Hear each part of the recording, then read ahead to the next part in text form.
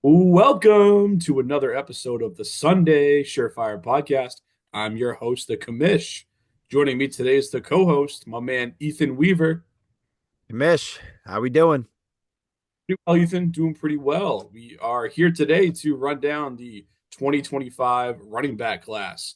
NFL draft is later this month. We're recording this on April 2nd, so it's finally draft month. At this point here, I think we're both pretty much ready for the draft to be here, so we can get some landing spots for these running backs and the other positions as well. But I guess, yeah, are you looking forward to the draft over there and to finally see where these guys end up, or you want to just grind some more tape and look at some more analytics and broad jumps and all that good stuff?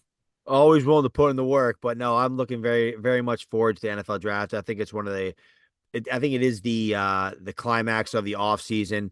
It's when we finally get all the pieces to the puzzle, and it really makes or breaks these prospects. So it's one thing I look forward to every year, and it's going to be a fun one. Yeah, it's always fun the draft. I mean, it's good to get that last piece of the puzzle, especially for dynasty purposes. See where these guys go and then where they fit into the NFL mix in their specific situations. But there'll be plenty of time to dive into all that after the draft. But we're still talking pre-draft, just really more so these guys as prospects. And so we're going to reference what they did at the NFL Combine, what they did in their college careers, and maybe talk a little bit about where some guys might end up. And we have 10 running backs that we're going to run down here on this list. And we would be remiss if we didn't start with just getting the obvious one off the board early here in Ashton Jeanty out of Boise State here. Who's Five that? eight. Yeah, you heard of this guy, this running back guy? He was pretty good. Won the Doak Walker Award. I'm not sure if you Oh, nice, nice. about that for the nation's top running back, but yeah, 5'8", 211, just two absolutely monster seasons in college. Just considered one of the better running back prospects in recent memory. Like I said, took home the Doak Walker Award for the nation's top running back. And what exactly that means from how that translates to the NFL, it's usually pretty strong.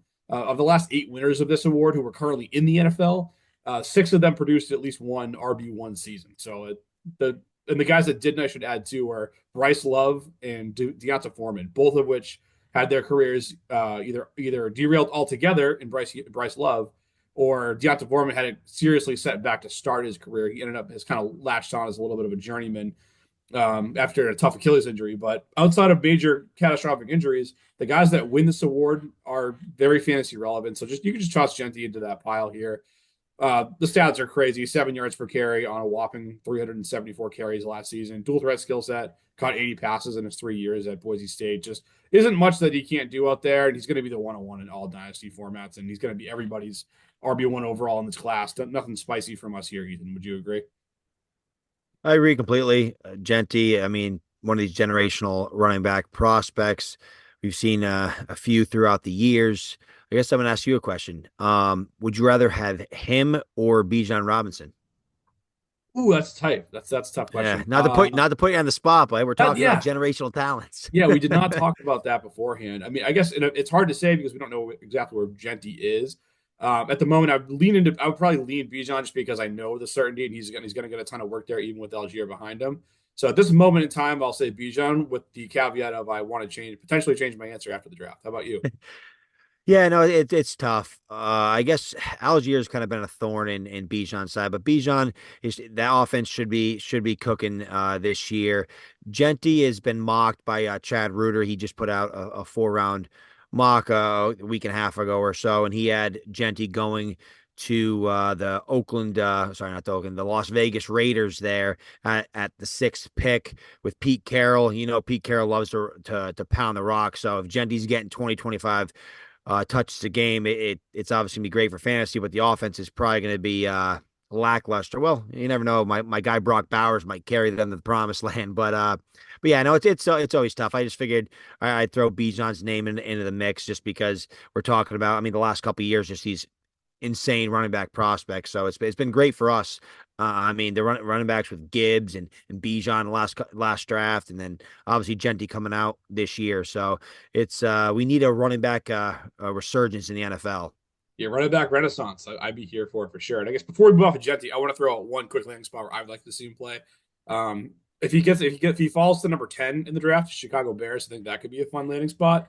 They really invested in their offensive line improving that, trading for established veterans, and maybe they add some more in the draft as well, trying to just give Caleb Williams every opportunity to succeed. And as we know with Ben Johnson, he had a very successful run game with the two-headed monster of David Montgomery and Jahmyr Gibbs up in Detroit, and he has the potential to build something like that if they draft Jeanty and put him in there with DeAndre Swift. And not that Swift is anywhere near the player that Jeanty is. I think Jeanty would instantly become the leading ball carrier there. But I think it could be something sort of akin to the two-headed rushing attack that he had in Detroit if you were to land in Chicago. I think that's an interesting spot at number 10.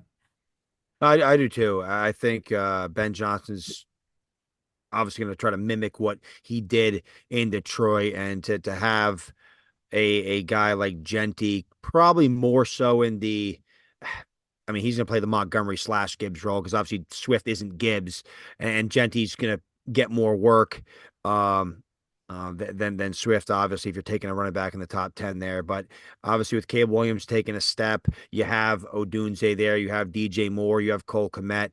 That offense could be humming. So that would be a pretty sweet spot for Jeanty, in my opinion. Yeah, it looks good, and it's all speculation. It's all done on paper at this point. But hey, it's April 2nd, guys. Like we got right now is the paper to go off on. So we're still 5 months away from teeing the ball up for real. But let's keep diving into these running back prospects, Ethan. Our number 2 guy we're going to probably talk about is Omarion Hampton out of North Carolina. What you got for him? Yeah, Hampton, very good collegiate career, running back out of North Carolina. 6 foot, 221 pounds, junior, 22 years old. He had a pretty good combine, 4.46 40, 93rd percentile in terms of speed score, running a mid 4.4 at 221 pounds. He has elite burst, 129.6 burst score, 92nd percentile, had a 38-inch vert, 10-foot 10-inch broad. And only thing he kind of struggled a bit at the combine was his 20-yard shuttle, which was a 4.4. You want to see that a little lower, but I mean, Hampton's a kind of a big bruising back. I mean, the guy is just he's built like a house, but had a very good 2024 season, 281 carries, 1,660 yards, 5.9 yards per carry, 15 touchdowns. And he also did work in the receiving game with 38 receptions for 373 yards and tacked on another couple touchdowns. Hampton's a guy that's being right now mocked in the first round of the NFL draft. Chad Reuter has him going 21st to Pittsburgh, Lance Zierlein 20 to Denver. So I think we're going to get 2 running backs in the first round. Hampton, like I said, great collegiate career, has all the measurables, the requisite size, and I think he's going to be a very good NFL running back, and any dynasty manager would be happy to have him on their team. I think he's a top 3, most likely a top 3 dynasty rookie pick. Yeah, I would agree with that. I really like Hampton. He's my number 2 RB as well. I think he's kind of settling in as a consensus guy in the RB2 spot, at least at this point in the process. And yeah, that first round draft capital for him would be absolutely huge. I mean, there's some good landing spots at the top of round 2 and also in the early or the late first round, where would be pretty friendly for a running back to end up for dynasty purposes. So yeah, I'm with you on him. That'd be great. You say you have him consensus top 3. Obviously, we have Jeanty at number 1. I guess who's the other player for you in Superflex leagues that would be in that mix for you, assuming that Hampton gets this late first round draft capital? It all depends on the team. I would probably take Hampton at the 102, but if you're a quarterback needy team and Ward goes the 101 in the NFL draft and you need a quarterback, I could see somebody taking Ward at the 102. Outside your team needing a quarterback, I would have a hard time drafting any other player over Hampton. Yeah, agreed. Hampton is an awesome prospect, big mountain of a man, can carry the mail at the NFL level. And if he gets that early draft capital, it just means that whoever takes him is going to be leaning into all that work. And as we know, volume is king in fantasy, and we love running backs on those fresh young rookie contracts. So yeah, big fan of Hampton as well. I think he's my 102 in Superflex leagues right now, team needs notwithstanding. But let's double tap these Ohio State running backs here. Let's start with Judkins here, Quinshon Judkins out of Ohio State. Another big guy, 6 feet, 220 pounds in his own right. Spent 2 years at Ole Miss, then transferred to Ohio State, took home the national championship there in his final college season. Really impressed at the combine. Ran a 4.48 40. This 10-yard split was 1.51, 38 and a half inch vert, 11 in the broad jump. Crazy. Good stuff for him, especially for a bigger guy. Um, and he was super productive too in those 3 years in college. 3,000-yard campaigns. He also saw fifth scored 50 touchdowns in his college career, which is just crazy numbers. So if you like those box score stats, it's definitely a guy that checks all that off for you. The combine definitely helped him up his stock here in the offseason. The one, I guess, kind of thing that lingers with him, and I feel kind of bad for him because this happened in such a high profile spot in the national championship game, is if he still has that long speed to actually hit those home run plays and pads on Ethan. I think you probably know the play that I'm talking about from that game where he got caught from behind on that long run. But we like the 4.48 was pretty solid for a guy for someone his size. So I like him a lot. Judkins, yeah, I have an RB4 in this class, Ethan. So I guess give me your thoughts on Judkins and what you think about all that. I like Judkins a lot, and like you said, maybe he didn't show us that 4.4 speed in that game, but for a guy that ran a 4.48 at 221 pounds, I mean that puts him in the 91st percentile in terms of speed score. Just because a guy that's 220 moving that fast, I mean it's impressive. But I like Judkins a lot. Right now, he's probably my RB3 at the moment. I just love his combination of just speed and power. His contact balance is insane. He's just a strong runner. He was kind of a little more north and south at Ohio State. He didn't really have to get too creative on that team. I mean, obviously he had Henderson to complement him, but I think Judkins is going to be a great pro. I mean, like I said, you look at him and just the combination of speed and power. I think he can just do work in the NFL. Reuter has him going to the Chargers in round 2 at pick 55, which obviously I don't really.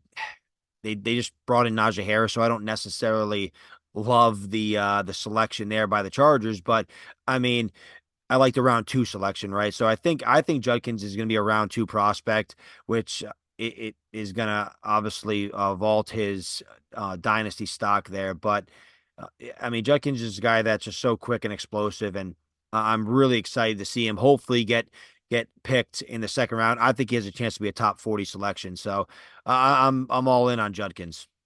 Yeah, I like Judkins a lot too. Round 2 draft capital would be awesome for him. Even the Chargers, I don't think would be a disaster landing spot. Yeah, I think it'd be So one, muddy. yeah, Yeah, yeah. because it's a 1 year deal for Harris, as we know. So it might be muddy for a year, especially at the beginning of his rookie year. But if that might just knock the price down enough in Dynasty, Yep.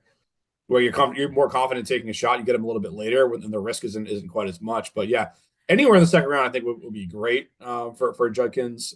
He's definitely the Thunder to the Lightning that was TreVeyon Henderson in that backfield in Ohio State last year. So we'll segue into him here. But yeah, Henderson, he was a 4 year player at Ohio State. Ethan, what do you want to tell the people out there about Henderson? Yeah, Henderson, like you said, he was the Lightning to Judkins Thunder.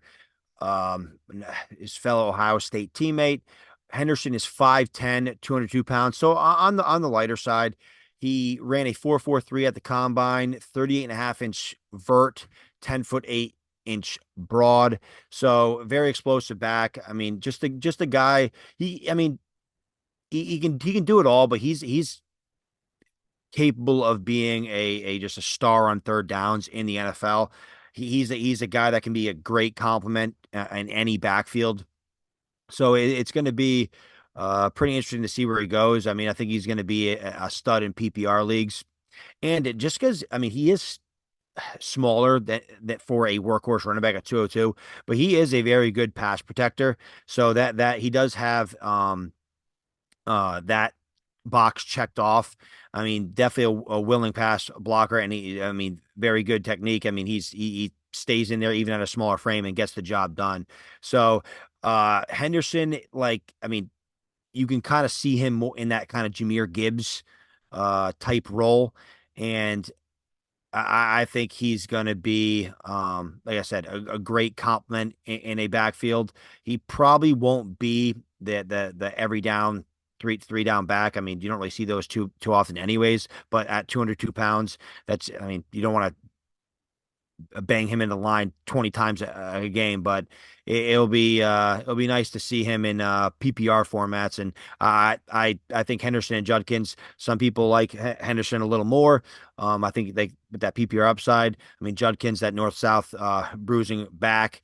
So both these guys are going to be first round rookie picks easy. Obviously, I think Henderson's going to be a second round draft pick in the NFL draft. And right now, Chad Reuter has him 44 to the Cowboys. So, I mean, the Cowboys landing spot it isn't as, I guess, shiny as it used to be, but it's still a pretty sweet landing spot. And I think he would do very well in that Cowboy scheme. I think it's a pretty juicy landing spot still. I know their offensive line is retooling, that some guys retire up front, and that's hurting them. But yeah, I still think I like that landing spot a lot for him. That'd be great if he gets second round draft capital. That'd be awesome for him. I really like Henderson. I think he's really what a modern NFL running back who is part of a committee looks like. And let's face it, it's a committee league nowadays. As much as we as fantasy managers would love for there to be 32 bell cow running backs that are just eating up volume, kind of like we how fantasy was when I first we started got to playing. turn back the clock here. Yeah, even the mid 2000s, it was like okay, every team 26 teams have a workhorse running back. You know who it is. The first 4 rounds of your fantasy draft are just filled in. It's not that it's pretty easy, but yeah, it's more challenging now for managers out there. But I think Henderson is a guy that he might not be as big as some of the other running backs, but I think he can fit in really well on those third downs, like you said. The fact that he's good at pass blocking is a big plus.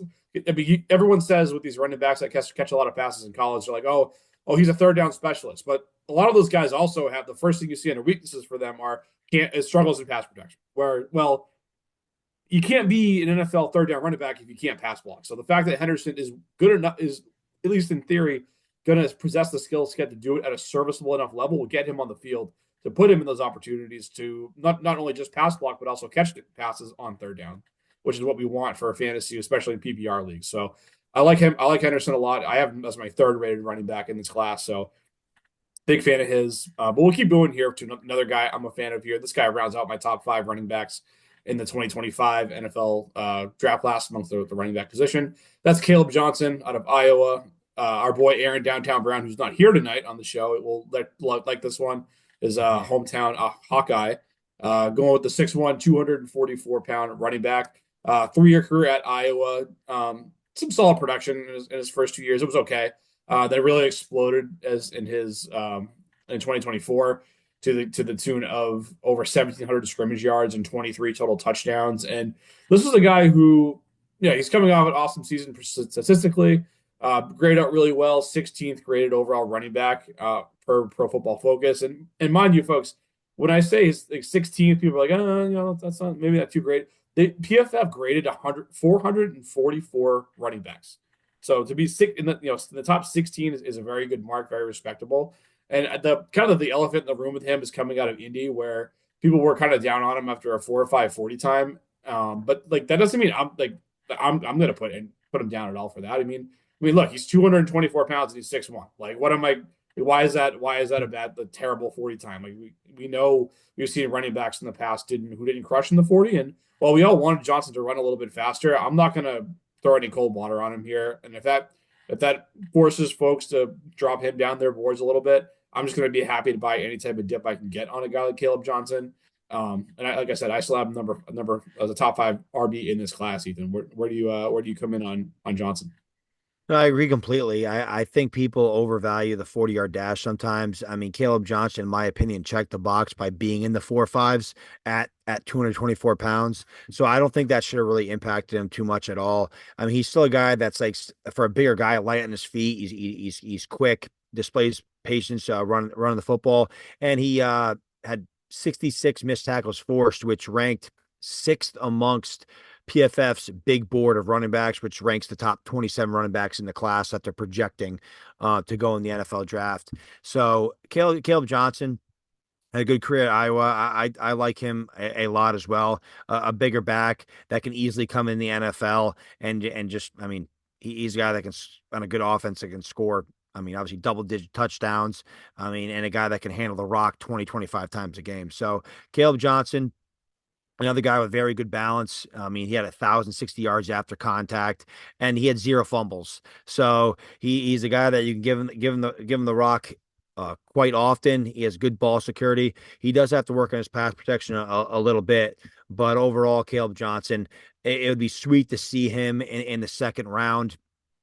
Reuter has him 67th to Cleveland at the beginning of the third round. So Nick Chubb replacement, but that would be a pretty good spot for Kaleb Johnson in the beginning of the third round.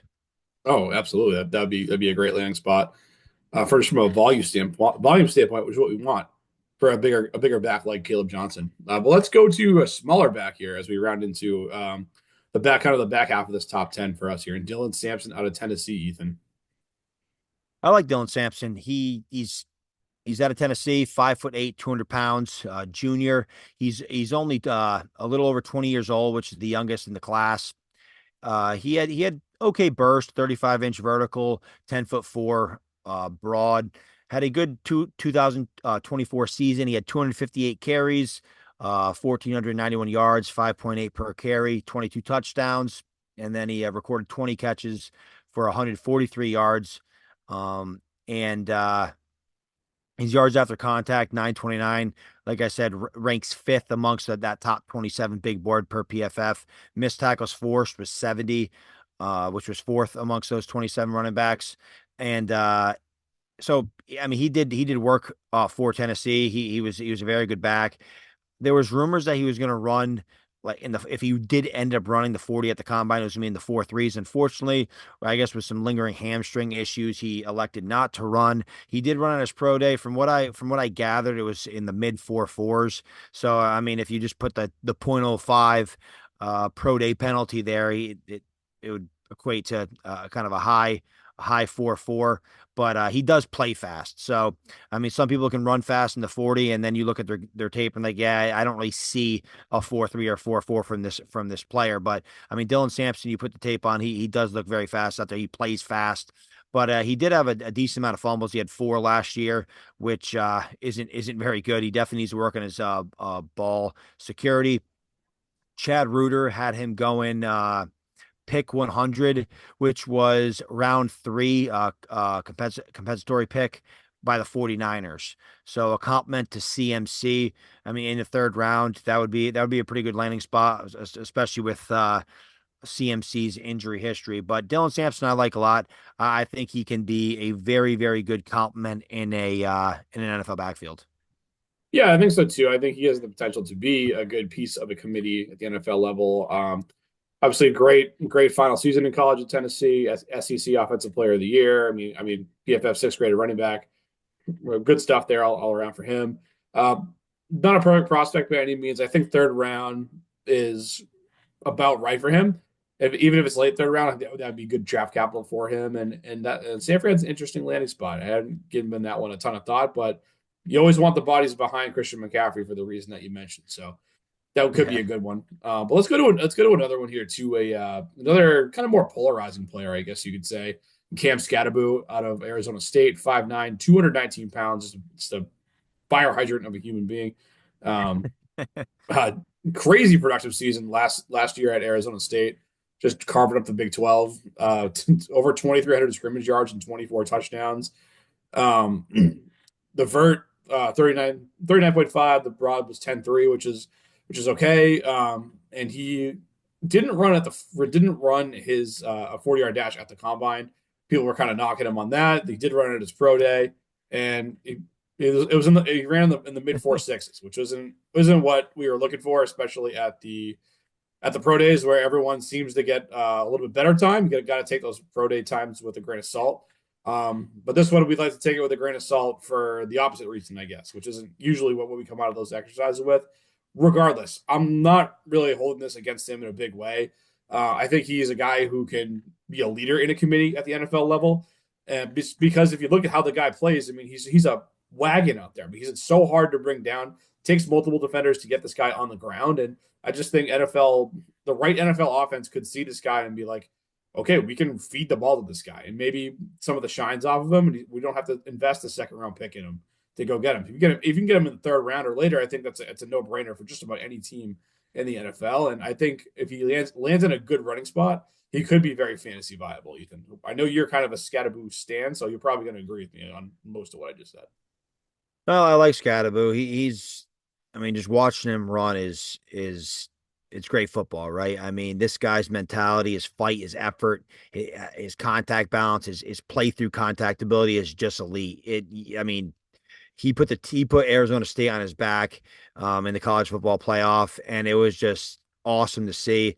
Like you said, it took an army to get him down. He just refused. He refuses to go down. His contact balance is absolutely insane, which correlates to his burst. I mean, his burst was in the 90th percentile. You had the numbers. I was very happy to see that type of burst at the combine. I was hoping his 40 would be a little better. I was hoping like his pro day time would be like high 4.5s or something. Okay, mid 4.6s. I mean, we've seen plenty of running backs be successful in the NFL running 4.6s, mid 4.6s, aka Josh Jacobs. But even then, I mean, speed isn't Skattebo's game, but he's also a very capable receiver. I mean, he had 45 catches for 605 yards in his final season at ASU. But I'm wondering how a running back who runs probably closer to the 4.7 range can he get open like he did in college in the receiving game? Obviously, running a 4.7, I mean, almost anybody in the field can cover you. Even, I mean, a lot of defensive ends and some D tackles are faster than he is. So it'll be interesting to see how he transitions to the NFL. But I think he would be a very solid asset to any NFL team. There's reports that he may be a fourth rounder right now. I hope he can sneak into the third round. So his dynasty, I mean, stock doesn't just fall out a little bit. But I mean, there's plenty of fourth round running backs that are still successful. I mean, Ramondre Stevenson, he's had a good couple of years, obviously a terrible year last year. But I mean, fourth round running backs are essentially the new third round. So, but we're looking for at least that top 3 round capital. Chad Reuter has him going in the fourth round, pick 122 to the Denver Broncos. So, I mean, Denver obviously they don't have really anybody of consequence in their backfield right now. So if they bring in Skattebo and they don't really bring anybody else in of consequence, I mean, it could be wheels up for him. So it'll be interesting. He's a very polarizing player. And this is what makes the NFL draft so fun because it's like these guys can really rise and fall so much with their draft selection. Yeah, they certainly can. I mean, he's a guy who could go either way, for like you said. So definitely agree on that. This next guy we're going to talk about is someone who I guess is a little more. I feel like he's this Devin Neal is more of a kind of like a safe bet in the like late second round of rookie drafts, dynasty rookie drafts, and obviously that's dependent on where he goes in the NFL draft, of course. But I just think based on what we know about him right now, he feels like more of a safer running back who probably won't be a home run hitter, but could be okay in the right spot here. I guess I'll let you break it down the one Neil though. What do you think about him? Devin Neal, I feel like is a fan favorite of the dynasty community. I mean, a lot of people like him. I mean, he's just a guy that kind of does everything right. He is running back out of Kansas, 5'11", 213 pounds, so pretty decent size. He's turning 22 in August. He's not the fastest guy. He ran a 4.58 at 213 pounds, which isn't terrible. We just kind of went over that. Um, his I know I mentioned on a previous video that his speed score was under 100, which we generally don't like to see, but Bucky Irvin's was an 89.6 and he's looking pretty good. But he had decent burst. I mean, 37.5 inch vert, 10'4" broad. So I love to see that burst. But he was just a very, very solid running back at Kansas. In 2024, 219 carries, 1,266 yards, 5.8 per carry, 17 touchdowns, and he added 24 receptions for 254 yards and a touchdown. But I mean, he had 4.3 yards after contact per carry, which is great. 36.5% force missed tackle rate, which ranks top 10% of this class. And he had a 9.3% explosive rate for 20 plus yard runs and 53.7% success rate. So he's in the upper tier of running backs for big play potential and consistency. Devin Neal is just a guy that I think can go to any NFL team and be a very, very solid contributor. And is a guy I'd be happy to get in the mid to late second round. It would be sweet if he gets drafted in the third round of the real NFL draft. Then his stock is obviously, I think, gonna go up. But I mean, he was the Kansas all-time leading rusher. He was all-time leader in rushing yards, rushing touchdowns, and 100-yard rushing games. And he operates with great vision and high playmaking intelligence. He was actually a baseball player for Kansas too, until he switched over. He switched over to football full time. But he's just a natural receiver, and they actually use him in the Wildcat quite often too at quarterback, which kind of um, due to, I mean, he's great with his vision, so it kind of makes sense. Hey, put the ball in his hands, look at what's coming to you, and react. So Devin Neal, I think, is an exciting prospect for a lot, because I mean he's talked up in the dynasty community quite often as this like kind of later round running back that could pay dividends for your dynasty team. So he's a guy I'm excited, like I said, to get in the mid to late second round of my rookie drafts. Right. Yeah, of course. And that's kind of where I would love to take a shot on him too. Whereas I don't know if he has necessarily the super high scale upside to be great from a fantasy production standpoint, but he feels like a safer guy that I would not mind getting my hands on in round two, where I can kind of stomach more of the risk, where we're Yeah. drafting these guys mid to late second round. So Neal's a guy to monitor. I'm really curious to see what the NFL thinks of him, and then I think we'll have a little bit more of a clear picture on him from there. But I'm going to move over now to another guy who's a winner coming out of the combine, and Bhayshul Tuten out of Virginia Tech, 5'9", 206. Guy who, like I said, combine was awesome. Ran a 4.3, 240, 40.5 inch vert, which was awesome. Checked in at 209 pounds as well. So he's not he's only 5'9", but he's not exactly a shrimp in terms of weight, which is good. Two quality production seasons worth of production at Virginia Tech. Um, it was really good as well. Caught 50 passes in his time there, so he can win the also in the receiving game, which we like to see out of our running backs in the modern NFL. And I think if we can get him another guy, if I could draft him in the second round or late second round of my drafts, that'd be awesome. I really like this kid. I think he has the potential to be good in the right fit. But I guess that's really all I have to say about Tootin, Ethan. What do you think about him? These are the guys I love taking shots on in my rookie draft, kind of later, late second round, like early, yeah, or early third or any third Throw round. those I mean, darts, just these baby. exactly. They're just like athletic freaks, and if they get put in the right system, they're gonna blow up.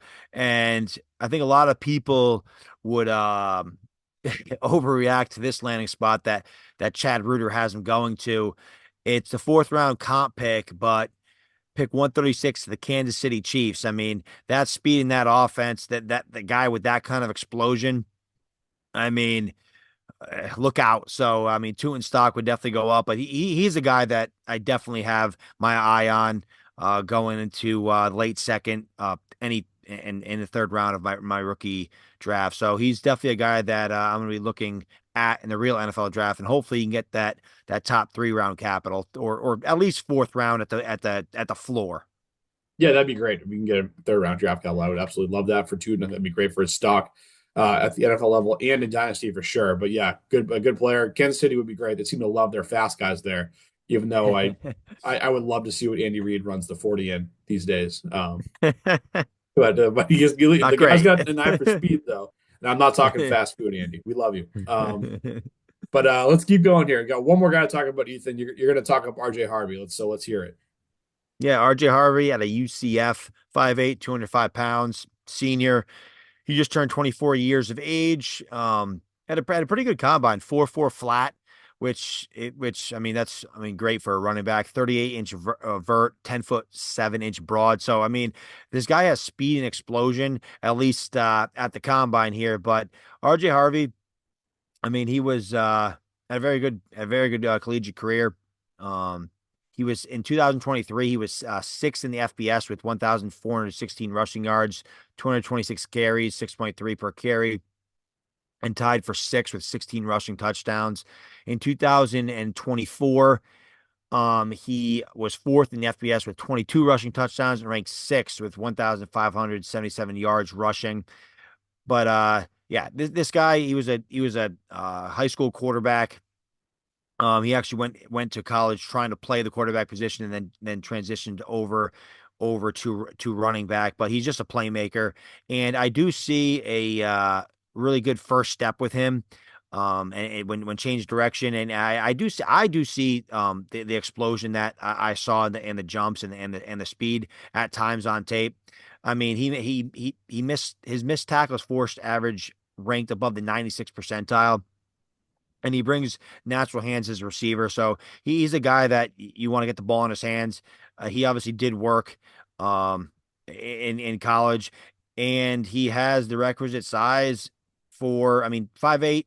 At 205 doesn't sound a lot, but he's only 5'8", so he has a decent BMI, and obviously he had a very, very good combine. Chad Reuter has him going in round 4 to the Saints at pick 112, but he, I mean, like I said, he had 32 breakaway runs, which shows that 4.4 flat 40, and he had 69 missed tackles forced, which ranked fifth amongst those PFF big board 27 running backs. So I actually like RJ Harvey. He's another guy that just keep tabs on during the NFL draft, and he's one of these third round running backs that you could scoop up, and it'll pay dividends potentially later for your dynasty team. Yeah, NFL draft capital for this guy is huge. I need to see Massive. what the league thinks of him. He's definitely in that category, as well as some of the other guys after that we aren't even touching on tonight.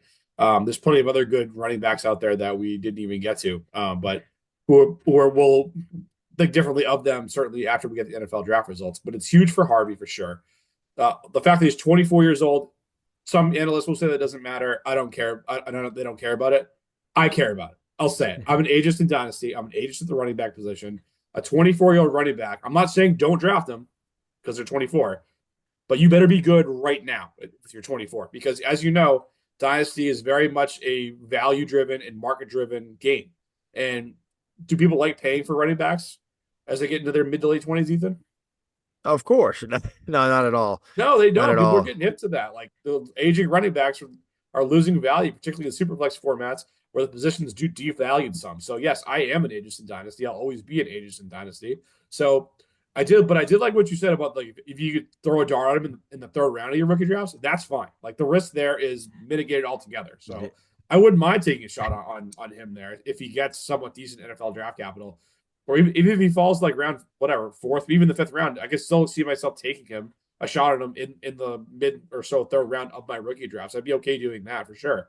Um, but overall, yeah, I just think the I don't really know what the league thinks of him right now, and age does have me a little bit scared in Dynasty because I think age matters when it comes to running backs specifically. So those are my thoughts on Harvey, and those are a rundown here, folks. I'll just recap the top 10 guys quickly that we touched on.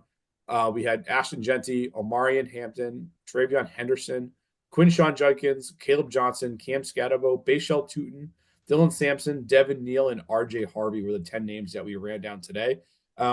Make sure that you're liking the video. If you can please hit that subscribe button as well. It's a big help for us on our end. And until next time, folks, peace.